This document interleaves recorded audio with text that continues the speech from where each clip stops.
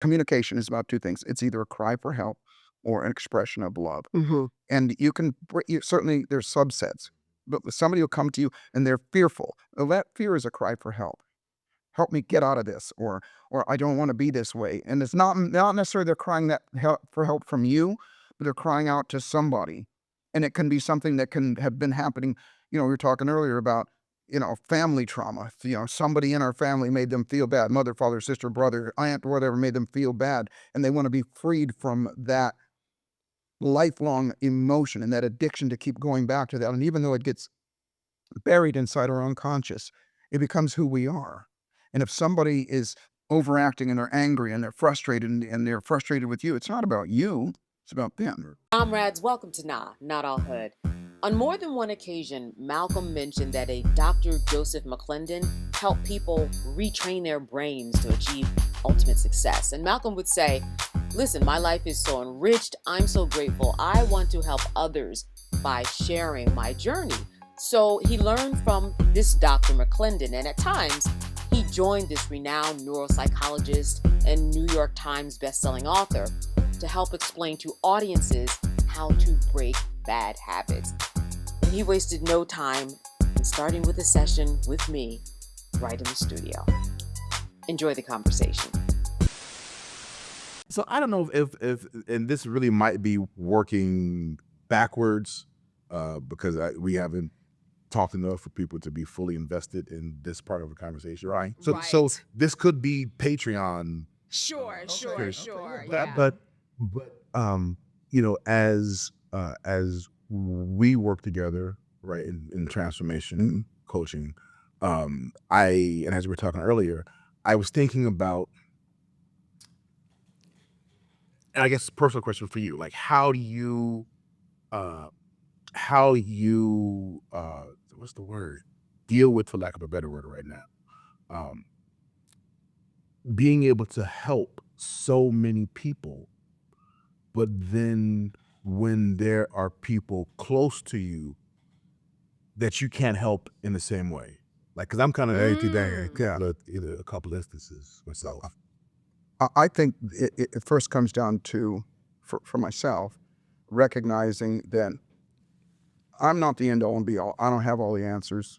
So I got to get my ego out of it. Even though sometimes I know that I can help somebody and I know I have the answers, I'm not always the person to give that lesson to, for lack of a better term, i.e., like, for example, I can say something to my son, for example, the closest person in my life. I can say, hey, A, B, C, D, and he can't hear it from me. He won't do it. He'll just ignore it. And then a couple weeks later, he'll go, Dad, guess what I just heard? And I'll go, what? And he goes, A, B, C, D. And in that The moment, exact you ain't same choking, thing. right? But the truth of the matter is, I had to remove my ego and go, I don't care where it comes from, as long as you got the lesson. So how I deal with it is, we were saying this before, I'm willing to have that hard conversation if it needs be. And if it's not heard or if it's not taken the way that I want it to be taken, then I remove myself from it and just go, I did my piece. And then if you want my help from it, then we'll come back to that. But I have to remove my ego having to feel like they got to see it my way and it's got to be done right now. And that allows me to just kind of let it go. Okay. Okay, that's good. Yeah, it seems like letting go in a sense is part of what you teach people in terms Exactly. of, making sure that they're not stuck, to move from a place and realize that there's more. Because when you're stuck, you're just not going to move anywhere. Mhm.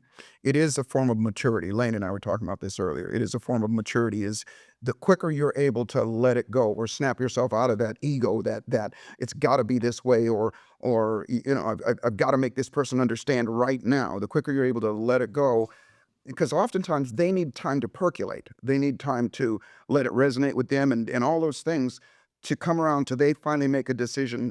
It sometimes it just moves the needle a little bit. If it moves towards what you think is the best thing to do, then that's great. And if it doesn't, then that's their lessons that they've got to learn. The hard part is watching them sometimes self-destruct. Yes. That's the hardest part. Yeah. And then oftentimes when you jump in there while they're self-destructing, you can actually help them just Make it self-destruct worse. even more. Yeah. Yeah. So I guess with anything, at least what we experience and also teach, is getting to the reframe Yeah. Mm-hmm. quicker, Quicker. Yeah. right? Not being stuck in this one idea of how it should be, or this one feeling of where I am now. It's like, Right. let me recognize it, let me reframe it Mhm. in less time. And it helps to have a process and a tool built of different types of reframes, pre-framing, reframing, and even deframing, so that you can come to it in a bunch of different angles. With this caveat, what's going to help any of those kinds of conversations is connection with that person. Because oftentimes when two people meet and we have it said, like, if you want to help somebody and that person has an ego about I need to do it on my own, or like we're talking about families, who are you to tell me? You grew Right. up the same way, I don't want to hear it from you. So there's that kind of friction. So one of the first things to do is to break down that friction through connection. Let them know that you love them. You let them know that you're coming from a place of love, and let them know that I may not be right in what I'm saying, and I'm open to your suggestions as well. And that kind of pre-frame actually kind of helps them lower their guard and ourselves as well, so that we can have a better conversation. To the extent they can lower their guard. To the extent that they can. Yeah, very well put, because sometimes, Yeah. And sometimes it's even our own reframe, like being able to just like having to step back and let go, or even like I love what you say uh, about people.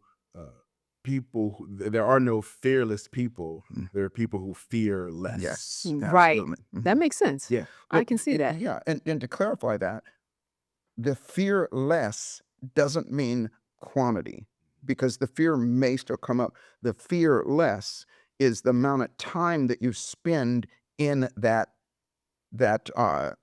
fear mode, if you will. Because when something happens that triggers you to go into fight or flight, your sympathetic nervous system, that part of your brain goes, I got to defend myself. I got to either get up out of here or I got to defend myself. And it doesn't allow, and when we're stuck in that, it doesn't allow us to have other options.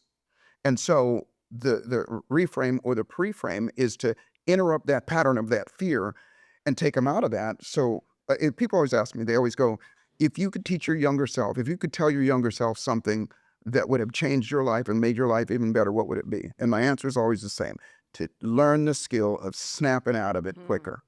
That's it.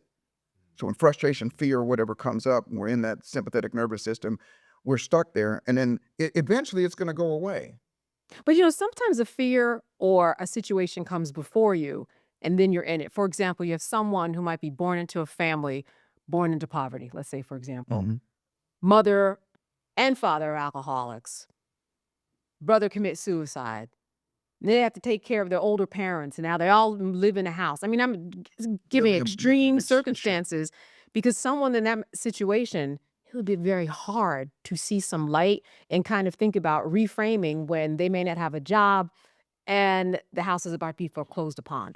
All of that, how would you explain to someone, oh, well, just not just, but reframe, reclaim, it seems like that would be a very difficult process. It's first off, don't try and explain it to them, because as soon as you try and explain it, especially those types of situations, those they've got a huge wall that's in front of them saying, There's no way I can get past this, and there's no way any of this is good. There's nothing beyond this that is good. Everything in my life is bad." Yes. There's no way you can possibly understand Exactly. what I'm Right there. experiencing. That's why I said in the very beginning, you got to have that kind of connection with them to be able to help them feel like, I have compassion for you. I don't know everything about you. What can you teach me about this? And let them teach you, let them tell you all of those things that are, That's good. here's the way things are. Because if you don't, then you're pushing up against them, and you're always going to be pushing up, because just like you said, you don't understand, and they may not be saying that out loud, but they're definitely thinking that. Exactly. And then when you're pushing against somebody, they're going to push back.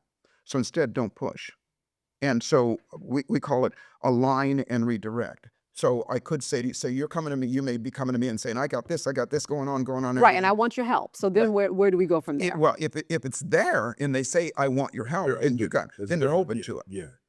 Even though they say it, and so they're open to it a little bit. So I would reiterate, do you really want my help? Do you really want my help? So I want to say, first off, I understand how you feel. I may not, I can't fathom exactly how it is in your life, and I feel for you, and I appreciate that you're sharing that with me. And I'm going to do my best to share with you some things that maybe I can help. But if I oppose you, please understand it comes from a place of love, that kind of thing. And then that conversation right there helps the person kind of recognize, wait a minute, let me let my guard down because I can trust this person that they have my best interest. And the concept is feel, felt, found. I understand how you feel. A lot of people felt that way, and you must have felt this way before. And here's what we found is that, and then you can present what it is. What we found is that there is a way. We found that even as bad as things are, there is light on the other side. As bad as things are, there is a way to get to optimism. And optimism doesn't just mean every cloud is a silver lining and every glass is half full. Optimism means what the word says. Optically, you see more options, and you have infinitely more options than you have those the trap that you're in and the world that you're in inside your mind. I love the options. Yeah. Love the And options. I kind of liken it to the phrase, you seek to understand before seeking to be understood. Beautiful. Like, because you're always talking, we always like, I want you to understand what I'm talking about. where I'm Right. coming from, my point, my perspective. But if I'm so busy trying to get you to understand without me first understanding your frame of reference, Then you're never going to meet. yeah, yeah. So I always encourage people, like, figure out the lens or the filter through which they're seeing it. Yeah. because then it gives you can find the entryway. So it's not just a battle of, you need to understand where I'm coming from. Let me see where you're coming from. And then I can, that way, once I understand where you're coming from, then I can figure out how to express myself, how to get my point across in a way that's going to be productive and not combative. Push against. Yeah. I always like to look at it like, just to add to what you're saying, let me understand where you're coming from, and then together we can A, B, C, D. Because then they feel they're a part of the solution as well. I was saying this to you earlier, and you and I have talked about this before as well. If I tell you something, then you might believe me. Yes. But if you tell you something, then you will believe me. So if I can help you get to the place where, because people step in front of me all the time and they say, I have this problem, I need your help with this. Well, even though I might know the answer, and oftentimes I do, I know what they really want. If I ask them, what do you want? And they say, I don't want to be fat anymore. I don't want to be miserable anymore. I know that they're looking at what they don't want, and that's why they have what they want. But if I just say straight up, listen, here's the problem, here's the situation, here's what you need to do, they've got, just like with the family situation you were just talking about there, they've got those years and years of references that are true. And that's what's going to cloud their judgment. But if I say, you tell me, what would you do? What would you tell me? And let them at least go in and say, well, I would do this, this, and this. And then I can add to it. I'd say, that's great. And what about this? And what about that? Because now they're participating in their own rescue. Right. Versus me just telling them what to do. And if I just tell them, then they're going to keep on pushing. Can you expound upon, I think you said something really important that a lot of people don't necessarily get. When people talk about, when they focus on what they don't want, and that's why they end up with the very thing they don't want. Yeah, it's not only a psychological phenomenon, it's a physical, or I say a psychophysical phenomenon. And I use you've heard this ad nauseum before. I grew up in a town called Lancaster, California. You know where that is, yeah. And it's out there where they used to land the old space shuttle. So it's flat desert for 50, 60 miles once you get outside of town. And you would drive on these straight roads, and there was nothing except for telephone poles on either side of the road. Okay. And people would, and I was probably in my teens when I first noticed this. Like 3 or 4 times a year, it'd be on the news, it'd be in the newspaper, that somebody'd be driving out there and they'd run off the road and they'd run into telephone poles. And I couldn't figure it out. Telephone pole is only this wide, and they're 30 yards in between each other. Right. And if they lived, the people always said the same thing. Last thing I saw was a telephone pole. And I couldn't figure it out. And they did aerial photographs, and they did the aerial photographs of 90% of the skid marks that went off the road went right into the telephone pole. And I remember asking my father, why, if you had 30 yards to miss something that was going to wreck your day, why do they hit the pole? And he didn't know. And later on, as I started studying psychology, it is wherever you look is where you're going to go. And so if they're looking at the pole, even though they don't want to do that, even if their brain is going, don't hit the pole, don't hit the pole, don't hit the pole, it's going pole, pole, pole, and they drive right into it. And so it's psychological, meaning that's what they're thinking in that moment, the pictures they're making, the images they're making, and what they're literally seeing. But it's also physical because, like, for example, if I have you imagine licking a lemon or biting a lemon, your mouth will water because your brain and body cannot tell the difference between what's real and what's not when you vividly imagine it or even see it. And so that image makes them feel that way and they physically go into it. So their brain makes them do that. So when somebody tells me, I don't want this, I don't want to be broke anymore, I don't want to be overweight, I don't want to be miserable anymore, they're looking at the telephone pole. And their body is connecting to those thoughts And all as the, opposed to the opposite. yeah, whether it's the cortisol and the epinephrine, all the drugs, all the chemicals that our bodies produce that keep us in that fight or flight, that's coursing through their body. And it's hard. Well, it's not hard, but for most people, they don't know the process of being able to snap out of it, to get that, to switch it so that now you have endorphin, dopamine, and oxytocin going through your system, whereas before you had all those things that were stress. That makes sense. And I think that's the key part that a lot of people don't get to, right? Like because everything works on energy, and we continue to attract those things that we don't want. We don't want to be around negative people, but we tend to have negative people in our midst all the time because we're focusing on that things. Like I remember when we first started, when I got my first Harley, Yeah. right? And when you're on the bike, it's really the same thing. If you see a pothole and you don't want to run into the pothole, but you're looking at the pothole, So you go to the pothole. and like your handlebars literally go wherever you're looking. Where you're looking. Yeah. Like trying to turn.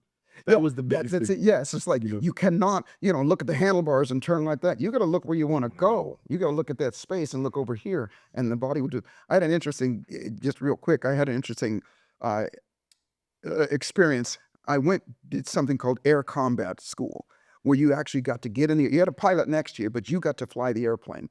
And what they taught you was these airplanes fly so fast that if you try and fly it with your hand, if you turn the stick that much, the plane will flip over. If you go like that, it'll dive into the ground. You go like that, so you can't do it like that. They go, you look where you want to go.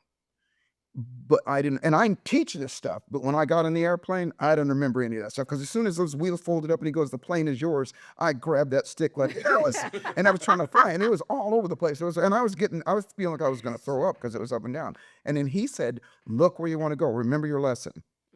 And it was interesting because to look where you want to go when you're flying an airplane, you just look at the horizon if you want to fly the plane level. If you want to go up, you look up. You want to look down, you go left or right. And so, but I got in the airplane, and the airplane is going like this because I'm looking up. I know I don't want to go down, so I'm not going to look down. Right. So I'm looking up. But then there's a problem in that because if the plane goes this too much, it'll stall out. So then I know I don't want to do that, and I bring it down like that, and I'm going up and down, and like I'm getting sick. So he goes, look at the horizon. But I realized something that I didn't realize when I got in the plane. I was too short to see over the dash. I couldn't see the horizon. Well, that's a problem. But what he did was he grabbed my helmet and goes, just imagine it. And because you don't have to see it. Your brain can't tell a difference. And I did imagine it, and I leveled it. And not only did I level it out, but I calmed down. And then I could fly the plane. It wasn't that I was too short. It was just the airplane was too, the nose was up. Right. But that lesson was, it exemplified what I like to teach, and that is in life. This is, in response to the question that you're asking, where people say, I don't want this. In life, that's one, in neuroencoding, that's the very first question they ask them. What do you want? Because if that person tells me what they don't want, then I'll keep asking the question, what do you want? What do you want? Till they finally get to the place where I just want to be happy. And you said the word neuroencoding, which is really what we're talking about in terms of training your body to do something different so it has an ultimately different reaction. Yeah, to train your body to automatically. Yeah. So we're talking about, so a lot of people have a religious preset. Sure. And I'm wondering, where does that fit in? Because, you meet someone and they say, how you doing? I'm blessed. Well, that's kind of a way to tell your body, I'm blessed, I'm blessed, I'm blessed, I'm good, I'm blessed and highly favored. Yes, I am. So at that point, you are talking to your body, and things are happening scientifically, I would imagine. So where does that fit into what you are explaining? Because What I'm explaining is that everybody wants something different. When somebody says they're blessed, in that moment they are. And if I dig deeper and I say, is there anything in your life that you would want to change, that you would want better? That is when you open the door. Because then they start to go, then they got to go deep and they got to go real. And it always comes these three things. We call it being wealthy. Wealthy means to be healthy, happy, and financially abundant. Now, all of the subsets of all of those things, but as Malcolm and I, we have a course, if you will, that we teach monthly, and it's called Make It Matter. And the things that matter are those things that you want: healthy, happy, financially abundant, and all of the subsets. What do you want? And if you're not, see, we all are on some level healthy because we're on this side of the dirt. We all are in some level happy because we can at some point, even if we're distracted by watching television or watching, scrolling our phones or looking at our kids, we can access that happiness. So we've got some level of that. And in most cases, we are on some level financially abundant because we're eating every day, and that costs money. So if you can get people to make that shift into recognizing, okay, I want something else, then the next question is, what stops you from having it? And there's only 10 things. And those 10 things are the toxic 10. And and I like to do this. Anybody that's listening or watching this. Yes, all right. You already know this, but I'll do it with you. Okay. Okay, and then this is, we'll come across, and it's just real. Okay, it's just real. I'm going to tell you what these 10 things are. I call them the toxic 10, and they are the thieves of our dreams. Do I need my pen and pencil? You Okay, don't. all right. You just need your hand. Just need my hand. All right. You know them. I'm going to prepare. All right. Okay, so when I go through them, and you guys back there as well, we're seeing the guys that run the AB. When I go through these, when I get to one that either is currently hindering your life, slowing you down, or stopping you, or has in the past, and the result of it is still evident today, raise your hand. I just want to say, well, let me just put my hand out. That's everybody. But I'm okay. Here we go. By the way, this is the process that we have with people because, like you said, we want to get real. Yeah. We want to get people to go. And I'm not allowed to justify, explain. It's just that. Because the justification doesn't make any difference. The justification keeps you in the toxic 10. Here they go. Great. Procrastination, hesitation, fear of failure, fear of success, self-doubt, self-loathing, imposter syndrome, stress, overwhelm, and fear of rejection. So you raised your hand on 4 of them. Did I? Okay. Yeah. But there's 6 you missed. Yeah, 6 you missed. And here's what I'm going to say. First off, if you'll allow me to compliment you on this, you are just, and don't ask me how I know. Okay. But you are advanced in the area of being able to, like you said, when I said imposter syndrome, you didn't raise your hand. Because you've got a great belief in yourself. Okay. True. And that gets evident. Okay. But the other ones that's there, they actually have an effect on everything in your life. They do. I know that. Okay. All right. The one you didn't raise your hand on that I'm going to challenge you on. Here we go. The last Now I already gave my answer. Yeah, I know, but I'm just going to challenge you on it. Okay. If this works for you, that's great. And if I'm wrong, I got no ego about it. I could be wrong. And no one's helping me back there. Y'all know me. Y'all can't. Okay, but come on. We're still Sutherland County. I know that. I can't see him, but I didn't see any hands go up. I really have a couple of these because I've been doing this work on myself for the last. There you go. And that's the difference. And I'm even here going. Yeah. I would love that everybody else. Every day. And there goes my memory. Because what was the last one? Fear of rejection. Fear of rejection. Now, Okay, so let me ask you a question. You look very, very nice today. Why did you dress yourself up? why did I dress myself up? Because we're having a guest today. And what does that mean? That means that I thought, I don't want to put on my sweatshirt for this guest. Why? Because we're having it was like having company in the house. What would happen if that company looked at you and went, And the company isn't, someone who I knew you weren't going to, be dressed in a sweatsuit. So I was like, well, Almost you there. know, you did shock me. But that's another story. No, I was like, I was like, what? I could have worn my sweatsuit. But Or you yeah. moved. Yeah. You know what? Don't You you know dare. what? Yeah, don't just cruel. you dare. And don't you explain anything to him. See, he's that was wrong. Okay, that so was that's what wrong. we were If just we had talking a about. commercial break. The reason why you Yes, got sir. dressed was because what? Because because you're having a guest. Yes. And if that, what did you want that guest to believe about you? About me, well, I think about the show in its entirety that we were a put together outfit. No pun intended. You know what I'm Go saying? for it. And if I didn't, what would that mean? Absolutely nothing to me. Nothing at all to No, you? not since COVID. Not since, and let me tell you why. Explain that. Because COVID was someone that's told me, you mention COVID all the time. That's because COVID was a transformative experience for me and time. And that time I realized really what mattered and what didn't. And there was a lot of stuff that didn't matter that I was worrying about that I was able to let go of because I had so much time to be with myself and come up with some answers. So honestly, it was really, really just since COVID, right? And then after my father passed, I didn't give I really a whole lot less. So here's what's really great about Yeah. you. You've got a very, very strong sense of who you are, and that's really great. And fear of rejection doesn't just mean fear of rejection from me and Malcolm and Lane and everybody else here. Guess who else is in the mix? Me. Yes. Yeah. Okay. Now, Mhm. reconsider what you just said there. Okay, fear of rejecting myself. Because you did raise your hand on one other thing. Stress, Mhm. which I try to minimize. Like I don't rush. I'm just late. You are advanced. You know what I'm saying? I do not rush. I'm just late. I know. You said at the beginning of this, no justification, right? Okay, yeah, I'm So sorry. no justification on the good stuff either. Okay, good. Okay. Mm-hmm. So on the stress, do you know what you raised your hand on the other? Tell me what you believed you raised your hand on the others. That's just a memory thing. I can't remember. Okay. I did, yeah.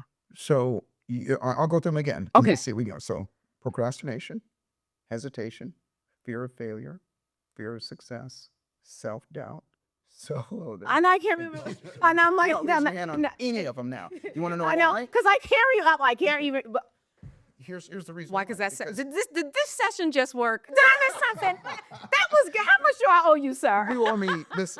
You are paying me right now in having this conversation with you. Oh gosh. Oh gosh. Yes. The second time around, you're not raising your hand on any of them. Yeah, I'm not. Yeah, and you because your brain goes, and a lot of people like this. Your brain is going, I'm good, and I'm a good person. I'm successful, and all of those things. And here's the rub: when this is over and you're driving away from here, you're going to think about this, and you're going to go, no, well, maybe there's one of these things. There's that. Yeah. If I'm real with myself, see, right now, Yeah. take this the right way. Yeah. You're not being as real with us as you will be with yourself. True. No, that's true. And that's the thing. Guess what that is? Fear, rejection, self-doubt. Look, the 10 things. She's coming. Now, I told you at the beginning, I said it probably will be all those 10. Oh, no justification. It is. Okay. With all of us, it Yeah. is the 10. It's just how much of each one. Like I said, you're a very self-aware person. Yeah, And yeah. at this table right now, what's really great is I'm with some stellar human beings here and back behind there as well. And I mean that. I'm not saying that because I have the privilege, if you will, I do consider it a privilege of being in the midst of a lot of different types of people. Yeah. From the sublime to the ridiculous, from the poorest of the poor to the richest of the rich, from the scaredest of the scared to the most courageous of the courageous, and everything in between. So I get to see all different kinds. Mm-hmm. And I do know this, that when the doors close and we're by ourselves, we have a different conversation oftentimes than we do in public. Mm-hmm. And here's an important thing. How many of those toxic 10 do you still deal with? All of them. And that's not my ego saying it. It's all of them. It's because I know it and I recognize it, and I can tell you stories of just recently things coming up. I'll tell you one real quick, but the difference is in what you just said before. The toxic 10, those are all fears, all of them. And fear is not designed to or we're not after trying to get rid of fear in our lives. If you get rid of fear, you'll be dead in a week, because fear is designed to warn you. It's a warning signal. Fear is what we call an action signal to make you pay attention and then make a choice on what to do. It can be, a conscious choice, or it can be an unconscious choice. Either way, it's going to be a choice of what to do. So when those things show up in my life now, because I've neuroencoded myself. I always say this, you've heard me say this a bunch of times, I don't teach theory. And that is I practice what I preach, and I teach it to other people as well. So I've conditioned myself to default to snapping out of that fear into something else. So you spend less time. less time in it. That's the rub. It's like, I spend less time in it. And I'll give you an example.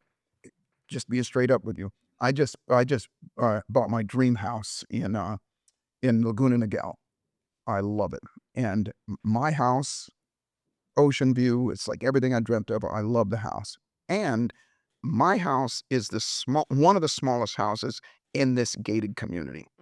My neighbor across the street, his house is about 7,500 square feet. His pool house is about 5,000 square feet. His 3-car garage and all these other beautiful houses around. Well, I bought the house, and as you know, I was traveling a lot for the last 6 months, and I hadn't stayed there a lot. And I decided one day I'm going to walk the dog, and I'm going to go to all of the other houses around. And these are mansions. And I'm walking around. Now, my house is beautiful. I love my house. And I'm walking around, and I'm looking at all these houses, and I remember thinking, my house sucks. Yeah, with that. And in that moment, that is me. Right. You know, all of those fears, that's some of the toxic 10 coming back. That's my imposter syndrome. That's my, Sure. fear of rejection. Because what would they think of? He's the guy with the little house on the block, And it hit me, and I remember feeling that moment, but then what automatically came over me was I defaulted to, isn't that funny that I caught myself? I'm the great Joseph McClendon III who teaches all this stuff, and I caught myself. So I defaulted to laughter, and then it allowed me to go to my options, which were realize that I don't need it, nor do I want a big house like that. Right. And all those options that I came to made me feel better. But that's one way it came up. Okay, but in looking at this, let's say that. So what does that translate into? Let's say that you did feel a little bit of imposter syndrome, and then you got off it quickly. I guess my question is, so what if you stayed in that a little bit? Ultimately, that means what? What if you stayed in 6 of those things longer than you needed? And I want to know, when you're talking about a turnaround of how quick to move from stress or self-doubt, how quickly are you talking about? It's almost instantaneous, Okay. depending on how deeply you got into the trigger. Okay. In other words, when I saw somebody that had something bigger and better than what I had, it made me feel less in that moment. For whatever reason, for all, my upbringing, childhood traumas and all those things, it brought back some of that. And so had I have stayed in it longer, I just would have been miserable longer. Right. That's it. And, well, I shouldn't say that's it. I may have done something. I could have done something different. If I drank alcohol, I may have gone home to ease that pain, to get out of that, drank alcohol or smoked weed if I did that kind of thing, or felt bad for myself for longer than I needed to be. Yeah. There's no, staying in that state and that emotion, there's no benefit in that. None of it. The benefit is in snapping out of it and going to something else. I forgot your second question. The first question is, had I stayed in it longer? And what does that ultimately mean? What it ultimately means is the quicker we get out of it and we put ourselves in an optimistic state, then the quicker we get to find a way of justifying our feeling good and justifying what we have done and all those things. But I think more than ever, it gives you the opportunity to now have that as a reference. I snapped out of that, and now I can do it even sooner. Right. And Yeah. also recognizing that really the big picture of what we're talking about is these toxic 10 getting in the way or sabotaging Something ultimately. Yeah, but that you do. That's So if we're talking about we want to be healthy, we want to be wealthy, we want to be financially abundant. If we're stuck in any of those toxic 10 for too long, right. it inhabits Yeah. us getting to those and whatever our path is to getting those 3 things. We can they can slow our process. If I'm so stuck in one of these toxic 10, these fear-based, the things that bring me negative energy and bring me down, well, that's taken away from my happiness. Yeah. Yeah. Perfect. It's taken away from my physical health. Right. Whether I can see it, see the connection immediately or not. Those are the things that drain us from our light, from our strength, from our confidence, and also our clarity. Yeah. Because at the end of the day, it's the clarity that we want and that we need. in order to move on. Yeah. Or else things are literally foggy, like you can't see. Yeah, the moving on is just you're moving, not necessarily moving on. Right. Well, because you could be moving in the wrong direction. Just yeah. Yeah, your 10 things do make sense. I will say they were rapid fire, and that's why I'm trying to think. Okay, what was that all about? Like, okay, then I kept it down, and so I wrote a few things, and I said, okay, I know it's going to eventually get to this. Like what? And one of the things I had on here was have options. Like that's how I've always to get out of those particular modes that you're talking about, and I think that that's the biggest one for me. But I was raised that way with those exact words. Always make sure you have options. So it was a seed. So I was just blessed to have that in my life. But, it is also one of those things that, you can find yourself being in that place, especially things that you haven't experienced before.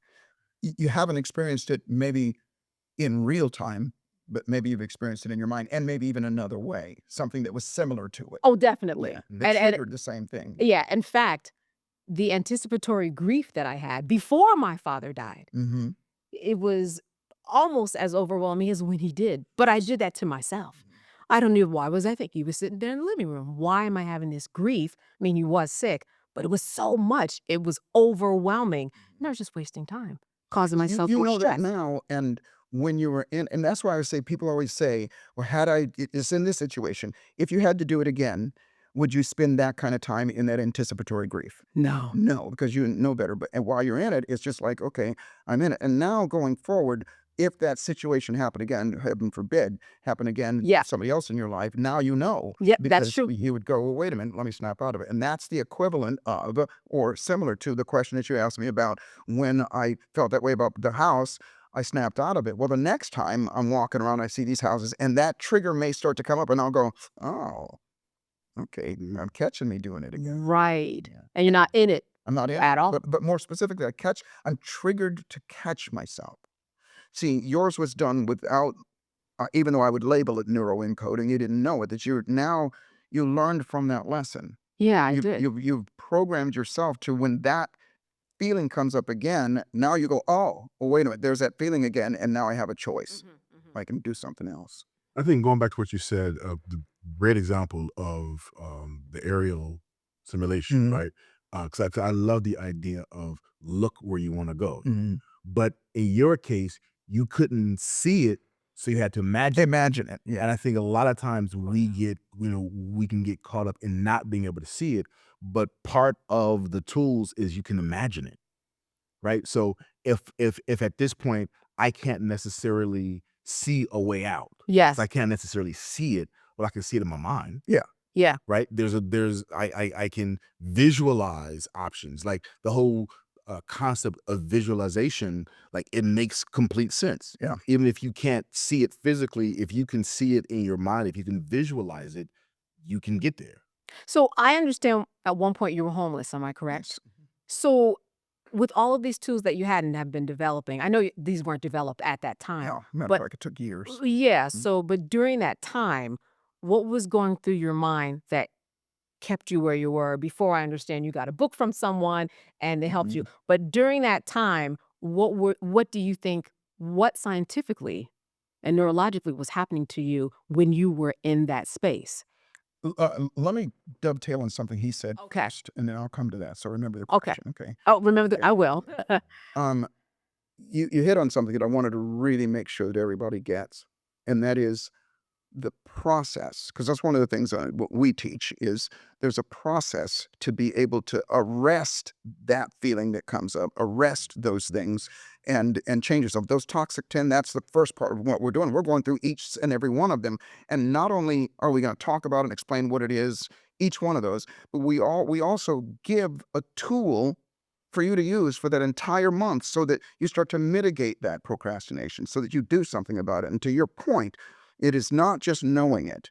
It's not just because we can, talk stuff all day long. And people will go, yeah, I understand it. I get that. But I say this, people that want to lose weight don't lose weight, not because they don't know how to lose weight. That's Quit true. putting so much food in this hole and move your body and you'll lose weight. That's it. It's physics. but they don't do what they know because of all those other things that are coming along. So what we do and Make It Matter, the things that matter are what you can do about the things that stop you, and what you to mitigate the things that stop you and to enhance the things that help you go forward. Your question was, Question is at the time. So Yeah. I also just want to add to that that all of those toxic 10 also have a complete opposite, yeah, exactly. I see. Mhm. right? So procrastination, there's action, Right. right? So for each of those, there is a complete a 180-degree reframe. So for the You- stress, it would be Tell me. uh an Exactly. an Most of us action. don't know. Most of us don't know because most of us go, we know the stress, what stress is, but what is the antithesis of stress? Well, what I do is I try to remove the stress altogether. No, I'm asking, Yes. what is if you were to have one word or one phrase, what is the opposite of stress? Joy. Joy. So for you, now you got it, right? Because I just took you through a process. Yeah. I just, and I didn't say what it was. Right. Could have I told said you it was joy. You said joy. And when you did, I'm watching your physiology, you went, joy. Yeah, Came to you right yes, now. It was yes. when I asked you before, you just said stress. And then I do this, I do that. But when this is a part of helping people figure out exactly what it is that they want. but me, the joy comes when I remove that stressor. That Then is comes just the now joy. you're justifying it. No, I'm telling you my process. I didn't ask the process. Oh, okay. Okay. Joy. Right? Joy. Removing is the process to get to this. Sure. You Yes, ask- yes, yes. One of the reasons why what we do with Make It Matter is not just a one size fits all, Mhm. because the opposite of stress for you Yeah. is joy. Sure. Opposite of stress for Lane or Troy could be something else. Right. That's Right? true. So those It might be solitude. yeah. Or some right. It could be anything. They're individual. Yeah. Watch this. You have a process which I would never say that that's a bad process. Yeah. Would you be interested in a quicker process? Sure. Okay. Yeah. And that because there's a part of you that doesn't want to let go of that. But watch this. Yeah. How do you experience joy right now? If I was to say experience joy right now, Be with people who I love and can okay, so what if commune there's with. no people around. Be by myself. I How love would you how would you experience joy right now? singing aloud. Okay, so great. So watch this. I'm going to teach you one, and you're going to go as soon as I do it, and you won't be able to argue with it. That's because I'm bad at what I do. Okay. Okay. So watch this. Here's how how to feel joy right now. And this you ask scientifically. Right? Okay. Watch this. It's very complicated. Watch. Right. That's Yes. true. Yes. Yes. You know why? Here's scientifically. When we smile, Yeah. it forces our brain to tell our body to release dopamine, oxytocin, and endorphins in our system. Your body gets flooded with that. You cannot feel bad with a smile on your face. You can't do it. Yeah. That's And correct. so whatever your method is, start there. As soon as you start to feel stress, go Mm-hmm. and start there. And then you'll have that, then your body is with that. You've interrupted the pattern and your body is with that. And now you're on that path. And then you can start to, and then of course, once you've done that and you realize you're out of it, go. I just took myself out of it. Praise yourself, and your body is going to go. Where did all that good feeling, good juice came from? Your brain is always looking for what just happened right before either pain or pleasure. And if it was pleasure, Mm-hmm. your brain's going to go do it again. So next time, and we learn those lessons quicker. Okay. Your second question was My second question was when you were homeless, what scientifically was happening to your body to keep you in that state? You think what yeah, the antithesis, the opposite of it. And I will say this: here's what kept me there, because I always feel like when I'm talking with Malcolm's going, I know this is yeah, because we do. This is what we teach. This is what we get to bring forward. Yeah. It wasn't just for context. When I was 17 and a half years old, 3 grown men tried to take my life because of the color of my skin, and it wasn't just the beating; it was the things that they said to me. And those things are epigenetically, meaning that if you got brown or black skin, DNA type of thing? Yeah. we already feel these things are part of our lives anyway. So the things that they said to me just reinforced it. And it was, we call it SEE, significant emotional pain, physical pain. Whenever there's a significant amount of emotional pain or physical pain, that which is happening in that moment goes deep into our nervous system, becomes part of our identity. And so I believed those things about what they said. And so it was going through my mind up until the time that it changed, was all of those things that those men said, and all of the things that I'd seen about myself, being a black man or black young man at that time in this world, and that my worth was not as much, and all those things. Those are the things I was thinking about. Yeah, they're right. Yeah, they're right. And it destroyed me. It destroyed me. And then what happened was another significant emotional event. I'm getting emotional about it now. Somebody that I didn't know, uh, that had no reason to care about me at all, gave me the book Think and Grow Rich. And I always say to people, most people have read the book because it's the #1 book of all times in terms of personal development, things like that. But the book had things to do in it, which is why what we do is give you something to do. And I read the book, and then I did the exercises in the book. And since then, I've evolved it. That's where neuroencoding, I would say that is the genesis of it, because that book was written in 1937. And so obviously things have changed. And I like to say that I've not necessarily, I don't want to say that I've improved on the book. I have improved on the processes to be able to get us out of it. I read the book, did what the book said, and I immediately started. I didn't know I was programming my brain to think in possibilities and options, but I did. And that changed. And I'll say this, the reason I get to do what I do right now was because when I went back to the guy that gave me the book to thank him, and I said, you've changed my life. What can I do for you to repay you? What he said to me, he goes, Joseph, you do the same thing that I've done for you for as many people as you can for the rest of your life. And I was 19 years old when he said that, but that's been my life's purpose now. And to partner with this guy here, who he has that as well. He's just an amazing man, amazing successes for the better part of his life. He doesn't have to reach back and help other people, but that's where his heart is. And so our connection in doing that, that's why we do what we do, is because it is about that, that whole each one, reach one, and teach one. So if I help somebody else, then they're going to, even if they don't do what we do, their example of who they become is going to impact somebody else. So long answer to your question. No, thank you, though. Thank you. One of the things I really love about Joseph is, and what I've gotten from him is like getting to the tools and the process quicker. Like for me, I'm what Joseph used to say. Sometimes I can get paralysis of analysis. Really? Is that true? Really? We've never thought such a thing. Wow. That's not true. So it's coming out. Breathe into the feather. Breathe into it. It's going to be okay. All right? Yeah. No, but not Malcolm. It's a theta. Even as an actor, right? Like you're constantly analyzing. Like one of the things you learn, like in acting 101, you're looking at a scene. Yeah. What do I want in the scene?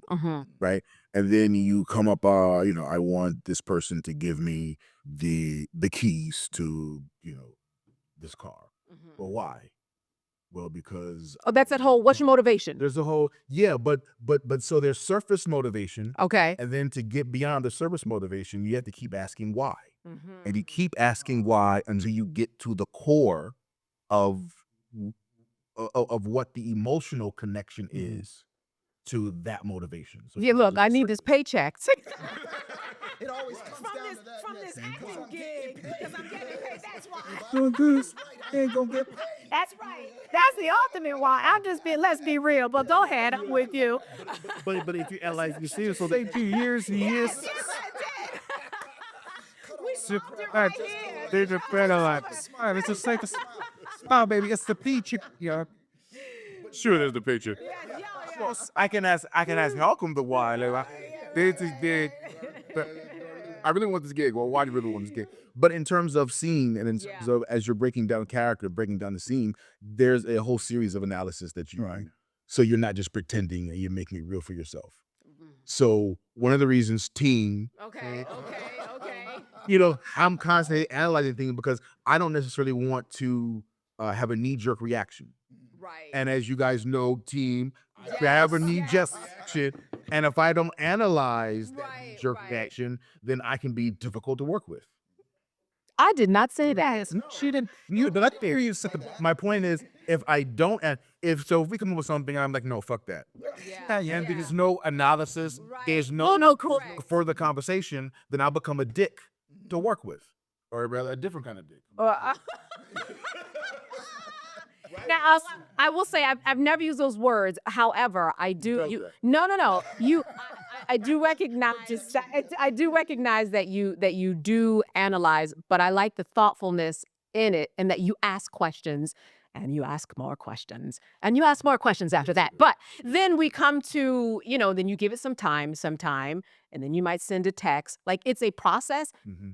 And now I know it. At first, when we first met last year, all of us were trying to figure each other out. So then, like you said, there's a trust, and then you're able to open up more. And plus, I would have to say, in meeting everybody that I've met so far in here, this is a nice data bank, or shall I say, a nice hub of the right kinds of people to do what you're doing here, to bring this stuff forward. Yes. Because otherwise, because you can be around, if you put somebody that does not have the type of compassion and passion about what we're doing, which is putting something out, which is helping people, and they're just here to get a paycheck. Yeah. They may feel like this is a difficult group. When is my coffee break? When's my check? And they're not going to put the heart and love into what it's going to take to do this.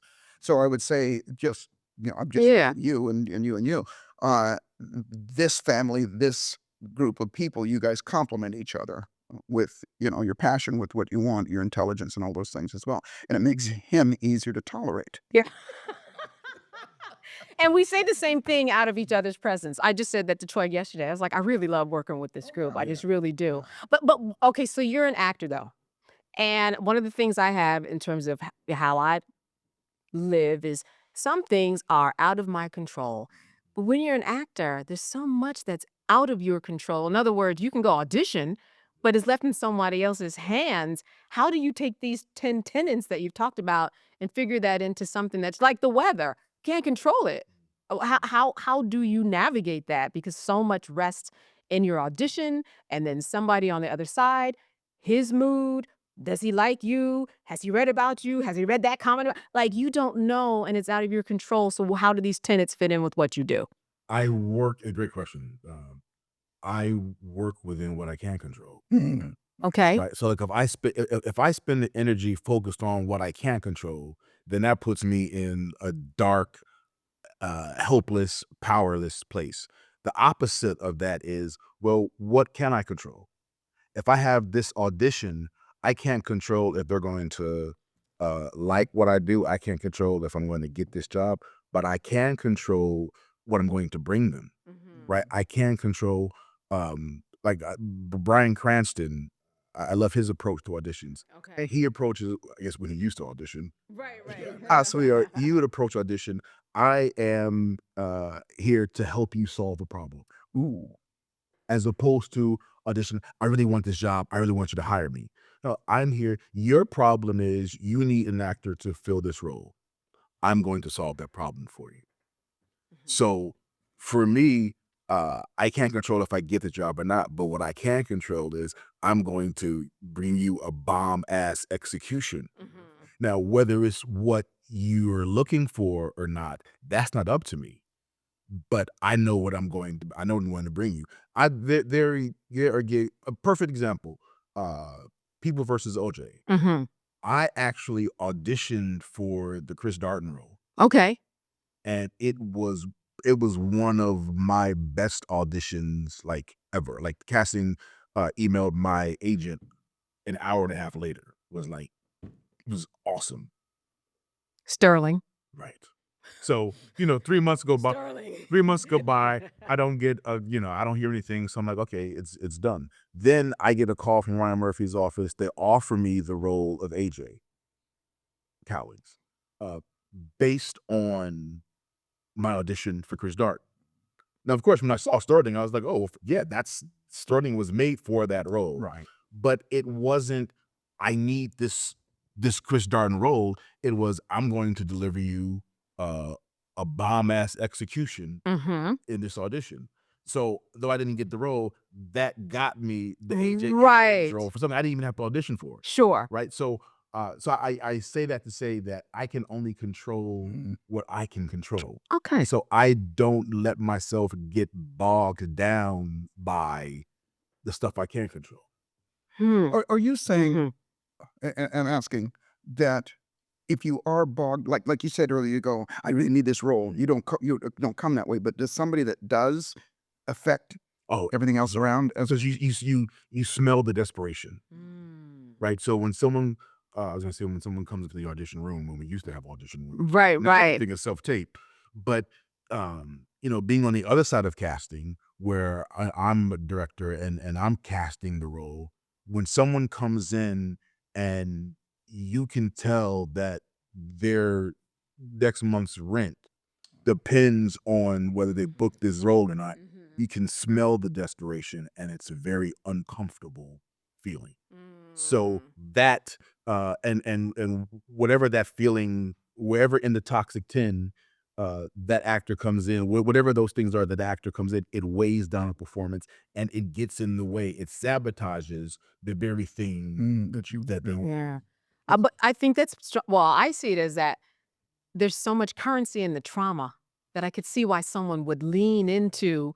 I mean, look at everything that people do on social media, or even at the end of a semester when a student who's at a D minus wondering their grade, and they come with me with all the stories because they think that the trauma or they think that the emotions will, but there is a lot of currency in that. So I can understand why some, listen, it's kind of like American Idol when people audition and they really sound a different way when you hear that they're a single mom living in a trailer.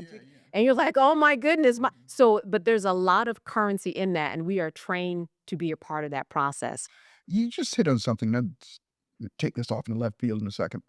Because when somebody's, and I love this, and we're talking about auditions and people putting it out there, which is based, my going forward is based on whether you like what I did and it fits with what you want, and you pay me for it. Yes, right.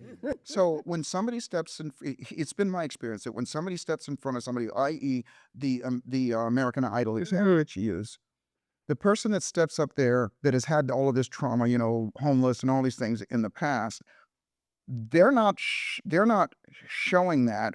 It's been my experience that when they do that audition, they're not bringing all that with them going, feel sorry for me. They're singing that song with joy, or they're doing that audition with the fervor of whatever that character is. They're not desperate is what I'm talking about. They're not desperate. If I don't get this, then my life ends or I go back to where I was. In the moment, they're free of all that stuff. That makes sense? It's true, but then I find that a lot of them, when they stop singing, they do resort to, I hope I get this because I need this money for my whatever, or my father's out there and I'm living out his dream.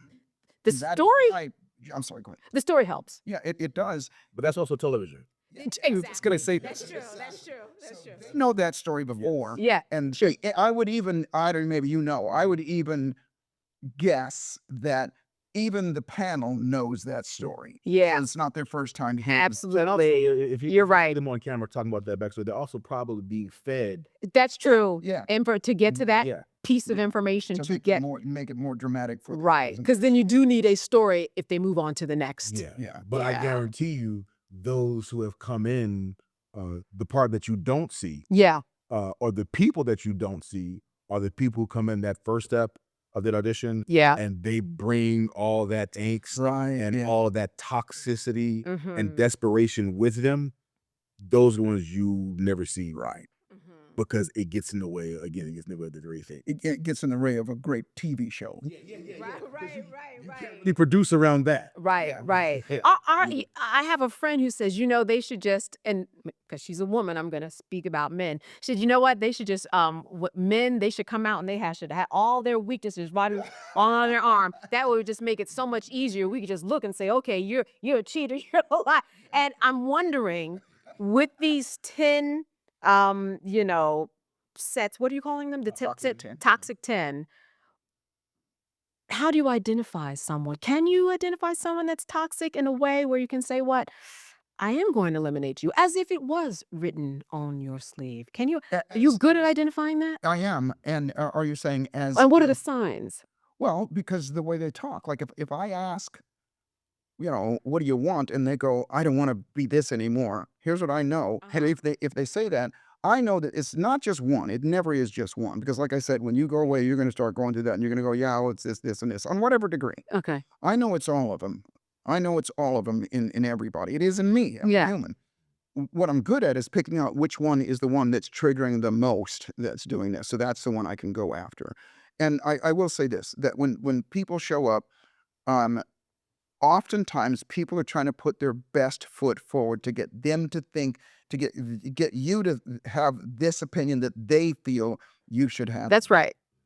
And so that sometimes, and it can surface in a bunch of ways, but that type of imposter syndrome or fear of rejection or whatever, when it shows up, here's the rub.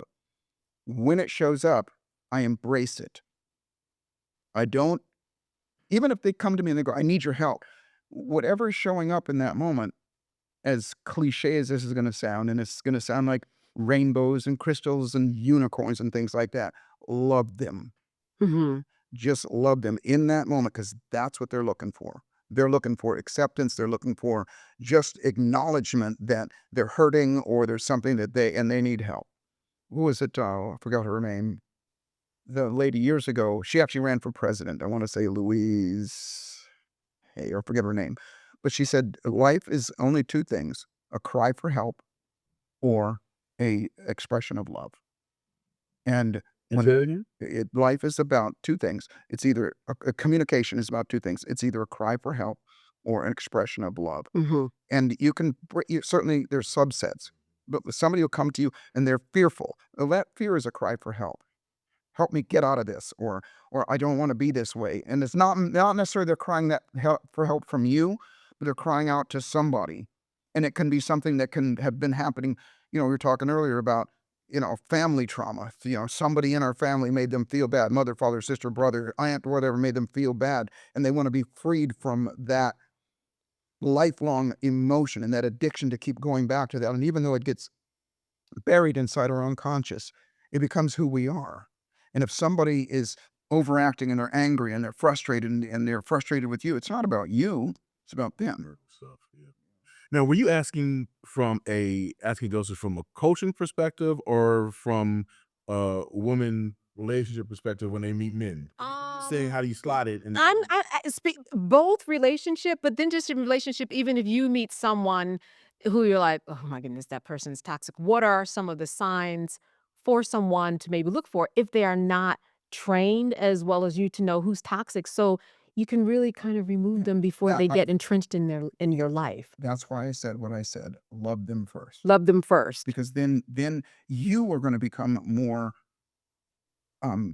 aware of those things. Because see, when we're in that place of what's going on here like that, our sensory acuity, our ability to be aware of things is smaller.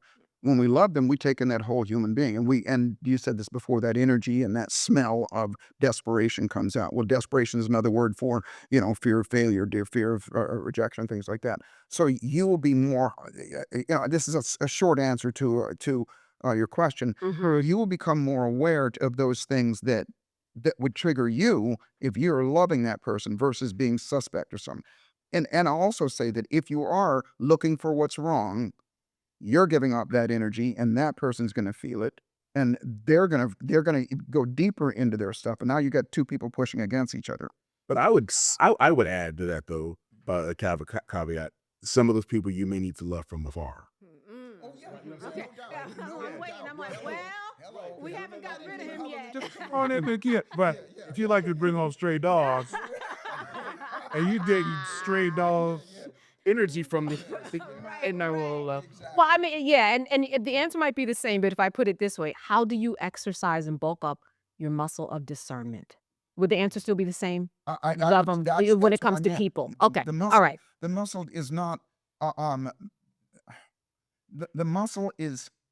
I use the term sensory acuity, meaning being able to notice things about people. What we train in at the institute is facial cues, the way that they're breathing, the words that they're saying, the way that they're moving, all of these things. I'll give you a good example, and people get nervous when they learn this. about me that I'm doing this, but I do have a switch to shut off. So I'm not analyzing people all the time. That's out the window because I can't live like that. Because then you're just this side of judgment. If somebody comes to me and they go, I need your help with this, then I can turn that switch on. Okay. And for example, oh gosh, and maybe we'll feed it into here. I don't know. I have an example of a woman who we do these Zoom calls, and I do coaching on these calls so that my students can see what I'm doing. And it's nothing different than what I teach them. So this woman calls up and she's manic, meaning that she's 1 minute she's laughing, 1 minute she's crying, she's stammering over her words, her eyes are all over the place, and she's got glasses on, and she's very, very nervous and can't get her thoughts out. So I took the time to love her first Mm-hmm. and help her feel okay in this moment. Long story short, she had had a traumatic brain. She had a car accident where it crushed, she says, 3 lobes of her brain. And in the end of it, I have a video of this. I have a video of this that I'm telling you about. That she says, I just need somebody to hold my hand. I just need somebody to coach me because I've lost all of my memory. She said that crushed me. I've lost all of my memory. Now I say all of that to this, as I was watching her, because of my profession, for lack of a better term, of being able to notice those things about her physiology, about the words that she's saying, the way that she's holding her body. One of the main things, and when you see the video, her eyes are like this. They're all over the place. Okay. Now here's what I know. Your eyes they have to be in a certain area of your head for you to think. When you look up, you're making pictures. Specifically, when you're looking up to the left, you're remembering pictures. To the right, you're creating pictures. To the left, right, sideways, sounds. Down is feelings. So if I'm going like this, Mm-hmm. I know it's called transderivational search. She's confused. She can't find. She's searching for it. So, very long story short, I said, I will work with you, but you have to agree to let me film it. And she says, of course. So the next thing that you see, this is after I worked 3 sessions with her, a half hour each session. The next thing is she's got a big smile on her face, no glasses on, her eyes are pointing straight forward, and she says these words. She's saying, thank you, my life has changed, and all those things. And I'm sharing all this for a reason. And she says, you said something to me. She said, no, first thing she says is, when you helped me realize what I was really afraid of.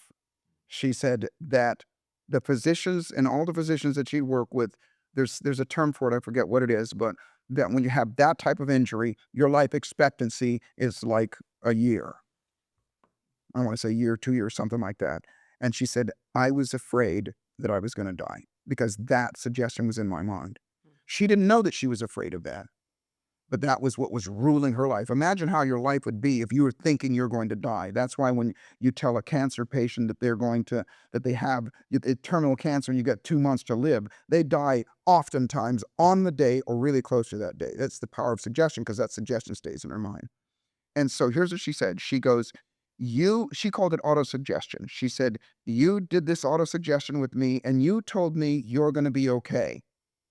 And she said, for some reason, I trusted you. For some reason, I believed you. The truth of the matter is, I didn't tell her that at all. Just like I was saying to you, if I tell you something, you might believe. Because think about how many people have told her, you're going to be okay. It's okay. Everybody says that.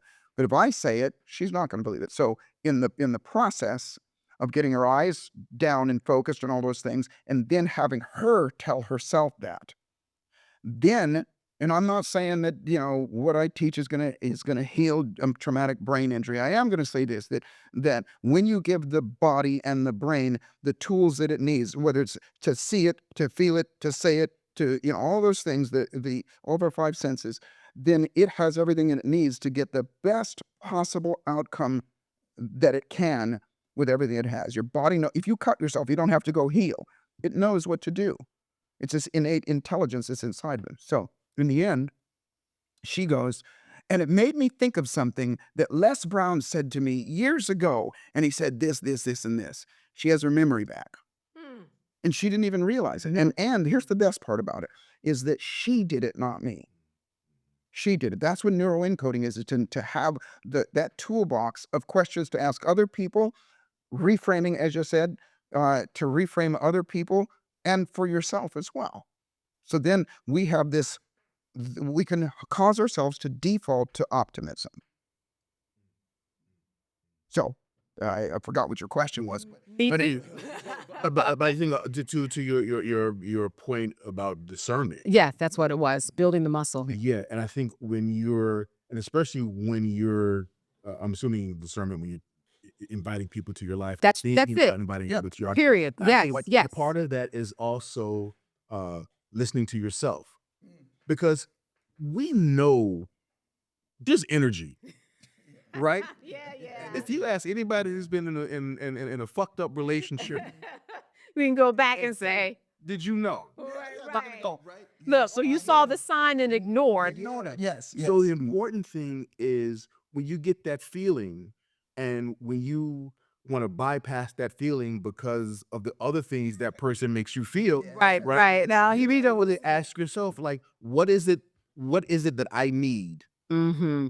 from this person, right?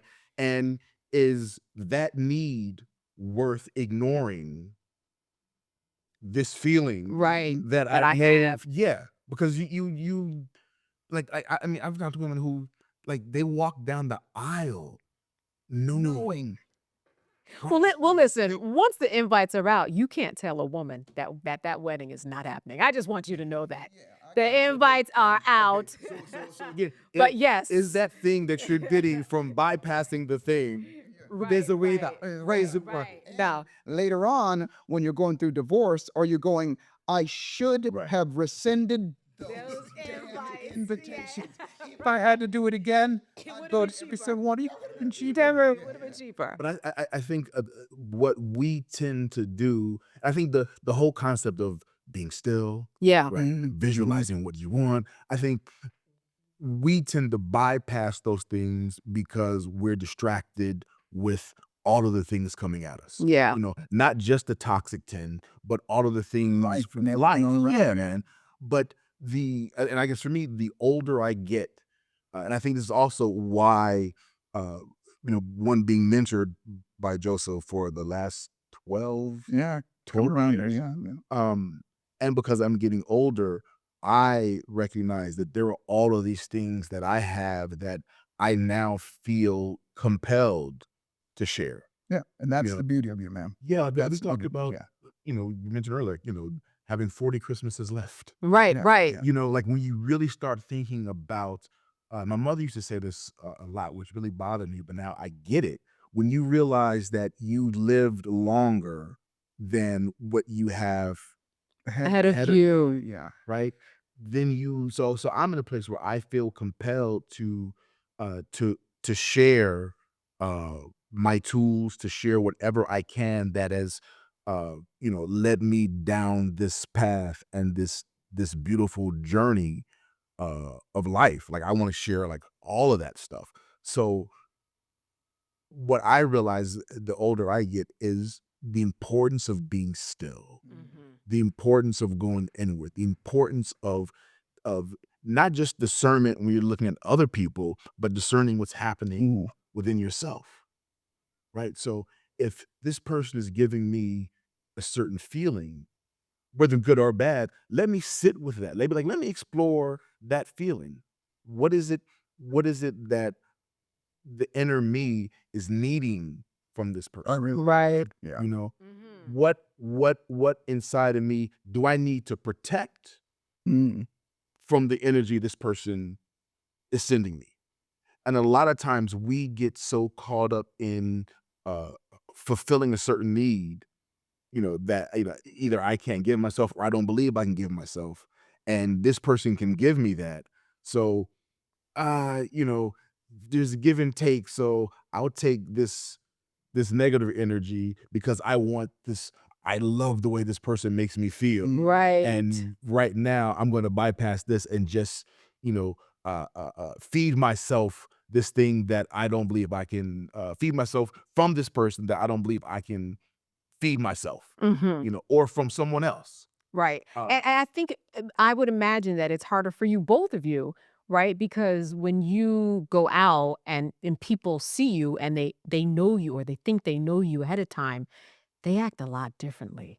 Like no one, is coming up to you if they didn't know you and just scream, "Oh my gosh, that's not happening, but that's what they're doing. So you're getting a different you, and especially in your particular state, you're getting a different version of a person. Yeah. You know what I mean? I would imagine that must be hard to discern too. Does that make sense? Like you're getting a lot more. You're getting a lot more love than the normal person. You're getting a lot more pretense, perhaps, than a normal person, because people don't know you, but they are acting in a way where they think they do because they have a relationship with you in their minds. So now you have to discern and figure all of that out. I don't know if I'm asking, is that true? Look, is that true? Am I right? So for me, yes, it's true. Okay. And I'm 50 something years old. So I've been doing this like literally all of my life. Yeah, So at some yeah. point the discernment comes. I right? see. So it's gotcha. But even I think even as a teenager, if you come at me with that, I'm already recognizing. Yeah. Yeah. Yeah. Right. The energy that you're coming to me with energy because this is a person you've seen on television. Yeah. Then I already understand where we're coming from. I see. I think see. that's why it's easy for cats to be with groupies and whatnot, because they don't have to work hard for it. Right. And they're not necessarily caring for the substance. Yeah. Right. So if these groupies are going to give me, Right. I'm Right. gonna take, right? Because I know, but trust me, a cat knows you know what you can do with certain people, right? And I say as a guy, there's some women you can act a certain way with, and there are some women who are not going for that shit. Right. So you act accordingly. So for me, I've always figured out like, okay, well, if this person's coming to me with that energy, as if they already know me, Right. they don't know me. Or even if they don't show it, they probably know you and they might be putting on a mask, and that's more discernment for you. Does that make sense? Yeah. Yeah. So I mean, I just wouldn't want to be in that position. It just seems like it's tough. No, at some point. Yeah. Yeah. So at some point for me, it kind of became automatic. I gotcha. Like I already knew, okay, so the one who's not coming at me with that energy, Yeah. okay, let me be a little bit more on the ball. Let me Gotcha. take a little bit more time to see, because she may be like I've always had this philosophy that the average woman is more clever than the average man. Yeah, without question. True. I couldn't. We can just stop rolling. Yes, that was it. Yeah, that's what the whole thing. Yes, the whole thing. 1 hour, 60 minutes in was just to get to that. Right. Thank you. So I consider myself more clever than the average man, which means the woman that's going to get my attention is going to be more clever than me. Sure. So I have to allow for that. And now I take my time. I feel energy. I feel discerning, because this individual is worthy of my discerning. That's already interesting. Right, right. So now let me see what's behind the veneer, Gotcha. if there is a veneer. And that takes time. But again, I've been doing it for so long that at some point it's become automatic. The time has lessened. The time for The right discernment is lessons. Yeah. I will say this, and I certainly don't have anywhere near the level of recognition and praise that you do. I got some, okay. I mean, because when you're in front of an audience of 10,000, Yes. folks are coming up to you after, and they're Things. different. First off, I think you put more work into it than I do. You do, because here's with me. It is just like, first off, my discernment filter comes through like this. I know whoever approaches me, that's not the real person. Right, right. That's what I'm trying to say. Yeah, I know, and I don't know what the real person is yet, but I know it's not the same person that is when they take their makeup off of their home and they're alone and in their sweats and that kind of thing. Yeah, I know that even that person they avoid. So I know that what I'm seeing is not real. So here's all the work I put into it. I love what you said. I'm not inviting him into my life. I'll love him from afar, and then what you said, then I'll be silent with it. Then I'll step away. So said differently, if there is somebody that piques my interest, whether it's in a romantic way and or a business way or anything that I feel that kind of energy from, that I might want to continue that, then I generally will have my assistant, and I'll go, give your number to my assistant, that kind of thing. And it kind of ends the conversation, because then I'm not having to deal with that frenetic energy that's going on, And nowadays, it's because people will Then you go home and do a Google search. There you go. because I like it to be silent with me and go, okay, was this attraction, whatever it was, something that, like you said, fulfilling a need, or this person give me something that I have not given to myself, or whatever. That comes later, because in the moment, it's just too quick. It's too quick. And I'm assuming it's the same with you as well, that when somebody approaches you, there's somebody behind them, and there's somebody behind them. And nowadays, it's like, can I get a selfie? Can I get this? Yeah. That kind of thing. So it's not that time. So I just choose to just love them, just give that out there with this caveat. Love them. It's just like this. I love you, but stay there. Right. There's that vibe I like to give off. So whatever's going on, and then later on, and then I can evaluate me and them, and maybe approach another. I have on here, be kind. I think I'm going to translate that as love them. I'm trying to see what I'm already doing and need to add based upon. So I got a little bingo card here. So you are 72. Can we just sit on that for 3 seconds? It does Wow. right. I will be 72 in November, so I'm 71 now. And you mentioned romantic life, so I'll just have to, since the door is open. I didn't open the damn You door. said romantic. You opened it, yes. If you want a witness stand, I would say he said the word romantic, which means he wants to talk about it. So when it, yes, give me some of your trauma. So I am wondering, in your dating life, what are some of the rules that you have? I don't call them rules. I call them attributes Okay. that when I look at somebody, and I guess that's my word for it. Kindness is number one. If somebody is not, and I can see it in their eyes, you can see the way they treat people. Kindness and gratefulness and things like that is number one. Obviously, physical attraction has to be there. And I'm at a stage in my life. See, I had my son and my only child at 54 years old. And so I have been from that time. I've only had a couple of, I was married for 7.5 years. And I'm somewhat of a serial monogamist. It's like I'm a one woman man. And so, but when he was born and my ex-wife and I divorced, I dedicated my life to him. So it's not to say that I haven't had relationships in between there, and my time, my energy, my efforts, and all those things was to raise the best human being that I possibly could, till he was 18 years old. Then he got to go. Okay. And he just turned 18, and he graduates next week. So that kind of thing. So my life gets to open up more now. Mm-hmm. So to answer your question, it's the same thing. It's just like I look for somebody that has those qualities that bring joy in me, that brings joy in them. Kindness, that they want to and have a passion for helping other people and that kind of thing. And they're just polite and kind. And if you were looking back at your relationship, the tools that you have now, would you have said to yourself, oh, had I had these tools, I might still be married? I had those tools. You had those. Yeah, those tools. That is just. I didn't have them at the level that I have right now. Okay. To say that, and I'll say what Malcolm has said is true. Because I'm human, contrary to popular belief, I overlooked some of the things that, as I look back on it now, I don't think there's anybody. I think you said it this way. Anybody that looks back and goes, I knew this was going. I knew it when it was there, and if I recognize it now, I definitely would have done things different. But and I justify it by saying, had I have done things different, I wouldn't have my son. I see. Yeah. Mm-hmm. Mm-hmm. Anything more, doctor? Wait, look, do I get my certificate? Hold on. Do I fully have to go through the program, or does this work? So I think it would be,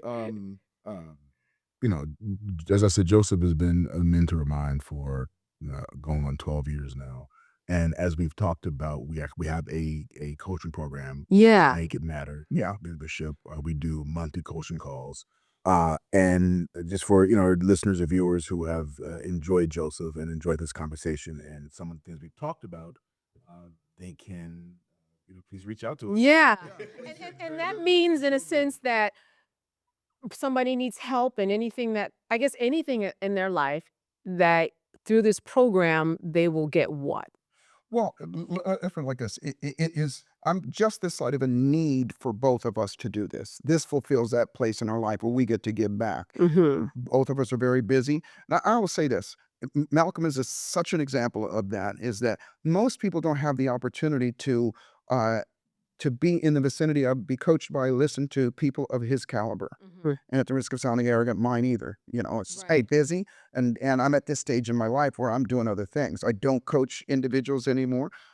So proximity is power, and don't do it alone. Don't the long way is to go through the school of hard knocks and try and learn these things on your own. Most people don't know what to learn nor how uh, how to don't have the process to be able to change what they need to change to get what they want. So what we did was we sat down, and it's not just the toxic 10. That's just part of it. Is once a month you have the opportunity to sit with this great man, and not just and we're here not just to tell you stories and to give you examples and to teach you things. We're here to give you here's what the challenge is. Here's what this might be for you, and here's what to do to change it. And so we're always going to give you something to do, so that through time, then as you do these things, and it's like if you do the things, we've already started to see the results. If you do these things for that month, at the end of that month, you're going to be a different human being. Hmm. And the way that it works is we will teach for about 45 minutes, and we'll talk about a topic. In this case, right now, we're taking the toxic 10, each and every one of those go through. And then we give them something to do. We explain the exercise. Here's what you do. Here's the time that you do it, every day or every 5 days or whatever.